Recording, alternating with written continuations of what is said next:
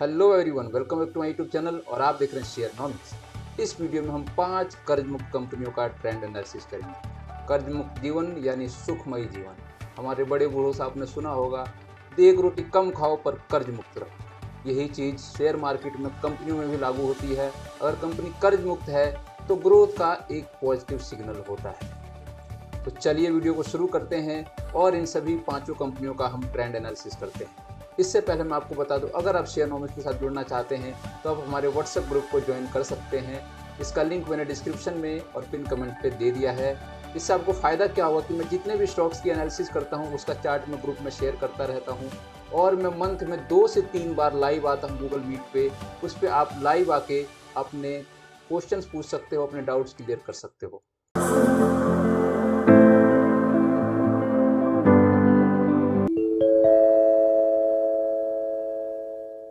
Video शुरू करने से पहले आपको बता दूं, ये जो 5 कंपनियां जिनका मैं ट्रेंड एनालिसिस कर रहा हूं, ये सभी 5 कंपनियां अपने 200 EMA के ऊपर हैं इस गिरते हुए बाजार में। तो चलिए देखते हैं पहली कंपनी, जिसका नाम है टेनफेक इंडस्ट्री। इस कंपनी में अगर आप देखोगे तो इसने काफ़ी बढ़िया ब्रेकआउट दिया है, काफ़ी बड़ा ब्रेकआउट भी है। और अगर आप नोटिस करोगे तो इसका रिसेंट में काफ़ी बड़ा मूव भी आया है और ये वॉल्यूम देखोगे तो वॉल्यूम के साथ इसमें अप मूव आया हुआ है। तो अगर आप देखोगे तो पहले इसने एक छोटा ब्रेकआउट दिया और उसके बाद ये बड़ा ब्रेकआउट दिया और इस ब्रेकआउट के ऊपर ये सस्टेन कर रहा है। इस स्टॉक का पॉजिटिव पॉइंट है। और अगर आप देखोगे तो जो जैसा कि थंब रूल है कि स्टॉक ब्रेकआउट के बाद एक बार रीटेस्टिंग जरूर करता है, तो वो ये अपने रीटेस्टिंग लेवल के आसपास आ रहा है। अब इस स्टॉक में आपको क्या करना है, जब तक ये स्टॉक 750 के ऊपर है, ये स्टॉक जो है पॉजिटिव टेरिटरी में है। तो 750 के ऊपर आप इसमें पोजीशन बना सकते हो, डरने की जरूरत नहीं है। और 750 के ऊपर अगर स्टॉक सस्टेन करता है तो इसका जो पहला टारगेट होगा वो होगा 915 और सेकंड टारगेट होगा 993। और अगर 750 के ऊपर सस्टेन नहीं करता तो ये स्टॉक नीचे आ सकता है 664 तक। अगला स्टॉक है डायमंड्स केमिकल्स लिमिटेड। ये स्टॉक बड़े ही इंटरेस्टिंग लेवल पे है। अगर आप देखोगे तो इसका जो ट्रेंड है आपको वीकली चार्ट पे दिखेगा। तो मैं वीकली चार्ट एक बार चलता हूँ और वहाँ पे हम देखते हैं इसका ट्रेंड। यहाँ पे ज़्यादा क्लियर इसका ट्रेंड दिखेगा आपको। तो अगर आप नोटिस करोगे तो ये जो स्टॉक है काफ़ी इंटरेस्टिंग लेवल पे है और जो ये स्टॉक है अगर नोटिस करोगे तो बड़े वॉल्यूम के साथ ये ऊपर जा रहा है। अगर आप वॉल्यूम नोटिस करोगे वीकली में भी तो बड़े वॉल्यूम के साथ गया है। बड़े वॉल्यूम का मतलब है कि किसी स्मार्ट स्ट्रॉन्ग हैंड ने इसमें बाइंग करी है। अब मैं इसके ट्रेंड की बात करूं तो ये जो स्टॉक है काफ़ी क्रूशियल लेवल पे है। आपको क्या करना, आपको इसमें कुछ नहीं करना है। जब तक ये स्टॉक 565 के ऊपर सस्टेन नहीं करता आप इसमें पोजीशन बिल्कुल भी नहीं बनाओगे। जब ये 565 के ऊपर सस्टेन करेगा तो इसमें पोजीशन बनाई जा सकती है और इसका जो टारगेट है फिबोनाची रिट्रेसमेंट के थ्रू निकाला जा सकता है। मैं आपको दिखा देता हूँ एक बार। आप फिबोनाची रिट्रेसमेंट का यूज करके आप इसका टारगेट निकाल सकते हैं। वैसे तो इसका अल्टीमेट टारगेट जो है वो है 818, पर एक बार में 818 ये नहीं जाएगा, कई बार गिरेगा और उठेगा। और अगर स्टॉक सस्टेन नहीं करता इसके ऊपर 565 या 560 के ऊपर, तो ये जो स्टॉक है सबसे पहले आएगा 500 पे। जो इसका पहला टारगेट होगा वो होगा 500 नीचे का, और उसके नीचे अगर आता है तो ये स्टॉक आ सकता है, ये आपका 425 या 26 तक ये स्टॉक नीचे आ सकता है। अगला स्टॉक है स्वराज इंजन्स। इस स्टॉक में आपको क्या दिख रहा है सबसे ज़्यादा यूनिक इसमें, वो है वॉल्यूम। तो वॉल्यूम अगर आप देखोगे तो सबसे बड़े वॉल्यूम बने हुए हैं, कोई भी वॉल्यूम इसके आसपास नहीं है। और ये जो वॉल्यूम देखोगे ये पिछले 1, 1.5, 2, 3 सालों का सबसे बड़ा वॉल्यूम बना हुआ है। और इसमें अगर आप देखोगे तो स्टॉक ने एक बड़ा ब्रेकआउट देने की कोशिश करी, इसने एफर्ट तो लगाया पर वो ब्रेकआउट जो टिक नहीं पाया और फिर ये जो स्टॉक नीचे आ गया। और अगर देखोगे तो जो इसका प्रीवियस हाई है ऑलमोस्ट उसको टच करने की कोशिश करी है पर हो नहीं पाया। तो अब इस स्टॉक में आपको क्या करना है, इसमें वेट करना है, या तो ये स्टॉक सस्टेन करे 1805 के ऊपर।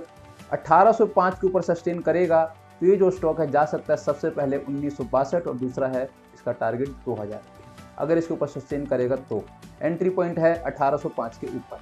और अगर ये स्टॉक नीचे जाता है 1695 पे है अभी, अगर इसके नीचे जाता है तो ये स्टॉक आ सकता है इस चैनल के बॉटम को टच करने और 200 EMA को टच करने। तो अगर इस चैनल के बॉटम पे आता है और 200 EMA के ऊपर सस्टेन करता है तो रिस्की ट्रेडर यहाँ पे बाई कर सकते हैं और उनका जो टारगेट होगा वो होगा इस चैनल का टॉप। और जो इसके ऊपर अगर ये सस्टेन करेगा 1805 के ऊपर तो ये और स्ट्रॉन्ग हो जाएगा और वही फिर 1962 और 2002 का टारगेट होगा। अगला स्टॉक है लिखिता इंफ्रास्ट्रक्चर। तो इसमें जो देखोगे इसका ट्रेंड बड़ा क्लियर है। इस स्टॉक ने हमें ब्रेकआउट दिया है और ब्रेकआउट देने के बाद जो इसका ऊपर का पहला टारगेट था वो इसने ऑलमोस्ट अचीव कर लिया है। और उसके बाद से स्टॉक ने इस ब्रेकआउट की रीटेस्टिंग करी है, रीटेस्टिंग करी और फिर जो स्टॉक है यहाँ पे ऊपर नीचे होके ऑब्वियसली अगर देखोगे आप तो यहाँ पे ये एक कंसोलिडेशन जोन में थोड़ा सा फंसा हुआ है। तो आपको क्या करना है, जब तक 341 के ये ऊपर है ये स्टॉक, जब तक 341 के ऊपर है ये स्टॉक अपने पॉजिटिव टेरिटरी में है, तो आप क्या कर सकते हो, 341 के ऊपर आप कहीं भी इसमें बाइंग कर सकते हो।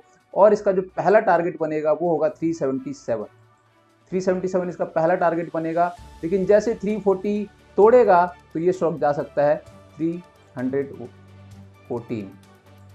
तो इसका ध्यान रखना है 340 ना तोड़े।